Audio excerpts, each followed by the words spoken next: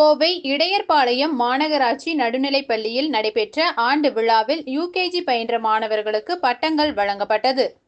தமிழ்நாடு முழுவதும் அரசு பள்ளிகளில் ஆண்டு விழாக்கள் நடத்த தமிழ்நாடு அரசு 14.60 கோடி ரூபாய் நிதி ஒதுக்கியுள்ளது.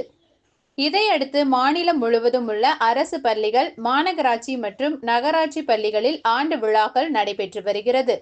இதன் ஒரு பகுதியாக கோவை தடாகம் சாலை இடையர்பாளையம் மாநகராட்சி நடுநிலைப்பள்ளியில் ஆண்டு விழா நிகழ்ச்சி நடைபெற்றது. இந்நிகழ்ச்சியில் பள்ளியின் தலைமை ஆசிரியர் ஆனந்தலட்சுமி தலைமை வகித்தார். மாமன்ற உறுப்பினர்கள் சம்பத், தமிழ்ச்செல்வன் ஆகியோர் சிறப்பு விருந்தினர்களாக பங்கேற்றனர்.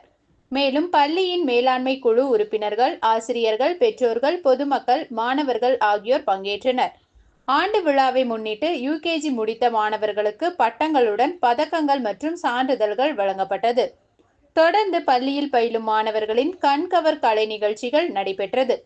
இதில் தனிநபர் மற்றும் குழுவினர் என பல்வேறு பிரிவுகளில் மாணவர்கள் மாறுவேடங்கள் மற்றும் கண்கவர் ஆடைகள் அணிந்து தங்களது திறமைகளை வெளிப்படுத்தினர். தனியார் பள்ளிகளுக்கு இணையாக மாணவர்கள் சிலர் ஆங்கிலத்தில் உரையாற்றியது பெற்றோர்களிடையே பெரும் மகிழ்ச்சியை ஏற்படுத்தியது.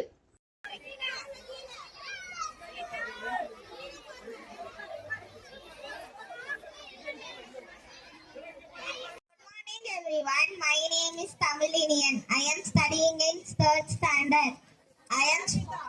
Today I am speak about the traffic rules. We should always obey the traffic signals. Red light means stop. Yellow light means slow down. Green light means stop. Never ride at high speed. Avoid phone calls while driving two-wheelers. Wear helmet while